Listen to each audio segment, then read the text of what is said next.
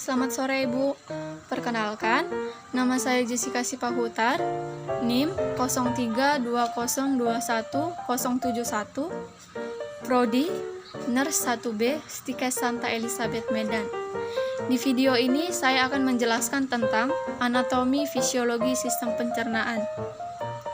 Sebelum kita masuk ke dalam anatomi fisiologi sistem pencernaan, kita harus mengetahui dulu apa arti dari sistem pencernaan. Sistem pencernaan adalah organ yang menerima makanan, mencerna untuk dijadikan energi dan nutrisi, serta mengeluarkan hasil dari proses tersebut. Pada dasarnya,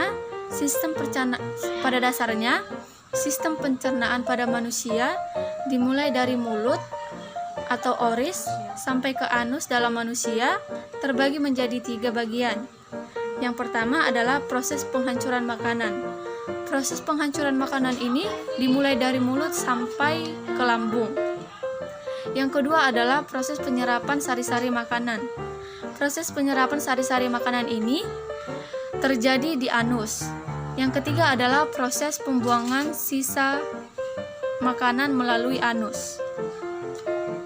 Selanjutnya, saya akan menjelaskan tentang anatomi sistem pencernaan pada manusia. Yang pertama adalah mulut. Mulut adalah organ pertama dari saluran pencernaan. Organ-organ perlengkapan mulut terdiri dari pipi, gigi, dan bibir. Setelah itu kita masuk ke dalam faring. Faring merupakan organ yang menghubungkan rongga mulut dengan kerongkongan.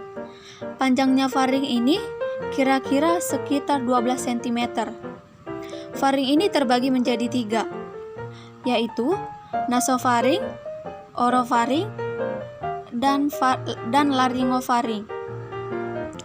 Kemudian kita masuk ke dalam esofagus atau kerongkongan. Esofagus merupakan saluran pencernaan setelah mulut dan faring. Panjangnya esofagus ini kira-kira 25 cm. Setelah itu, kita masuk ke bagian lambung. Lambung merupakan sebuah kantong muskular yang letaknya antara esofagus dan usus halus, sebelah kiri abdomen, di bawah diafragma, bagian depan pankreas dan limfa. Selanjutnya kita masuk ke dalam usus halus. Usus halus merupakan bagian dari sistem pencernaan yang berpangkal pada fibrus dan berakhir pada sekum. Panjangnya usus halus ini kira-kira 6 meter. Usus halus ini terdiri dari 3 bagian, yaitu yang pertama duodenum atau usus 12 jari, yang kedua adalah jejunum atau usus kosong, dan yang ketiga adalah ileum atau usus penyerapan. Di usus ini, makanan kembali diproses secara kimiawi yang dibantu oleh enzim-enzim dari pankreas, empedu, dan hati. Setelah itu kita masuk ke dalam usus besar.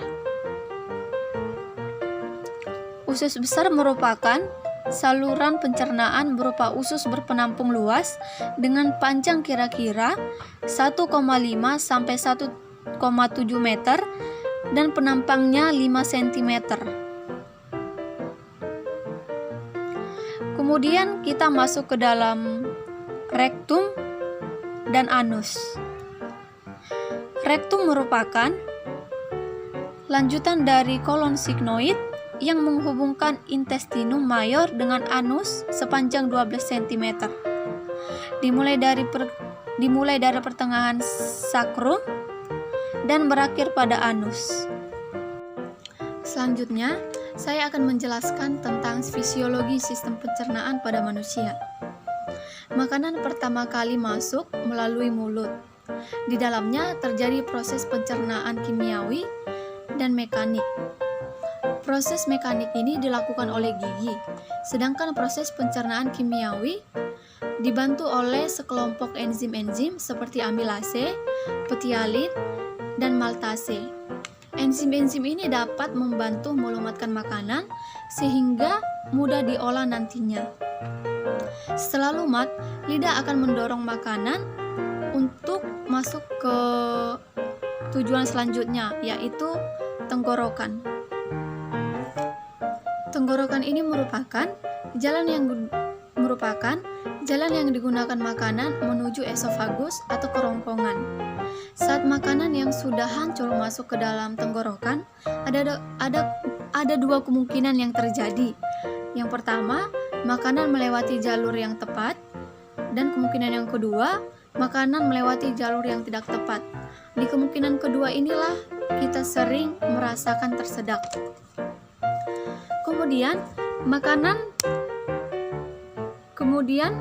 makanan yang telah diproses di faring akan menuju kerongkongan.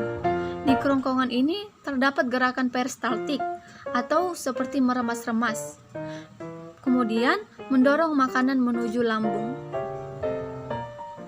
Di lambung juga terjadi proses mekanik, yaitu ketika makanan dihaluskan oleh gerakan otot-otot peristaltik.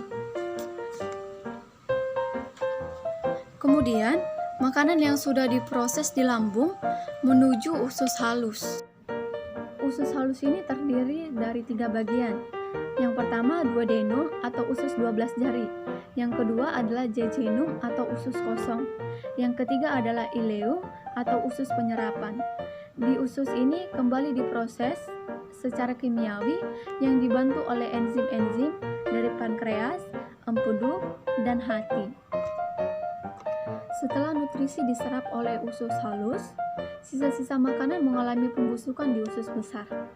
Selain pembusukan di usus besar, air juga diserap sehingga sisa-sisa makanan siap diubah untuk menjadi feses. Kemudian setelah itu, feses akan disimpan di rektum sebelum dikeluarkan melewati anus.